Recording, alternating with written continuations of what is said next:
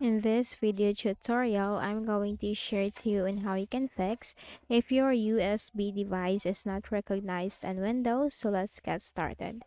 So we have to open the device manager in order to fix the issue. So how can we do that? We just need to make a right click at the start button, and here you have to select device manager, or go ahead in the Windows search bar and type device manager. Click on it under the best match. Now, once you open the device manager window, here you just need to simply locate universal serial bus controllers and click on the arrow to expand the list, and you will find a lot of USB drivers right here. So what you need to do is you need to update each of the driver. Make a right click, select update driver, search automatically for drivers. Right click, update driver, search automatically for drivers. Right click, update driver, search automatically for drivers.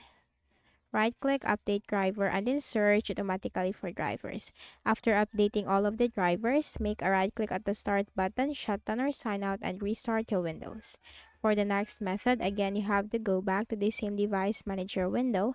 Again, locate universal serial bus controllers, click on the arrow to expand.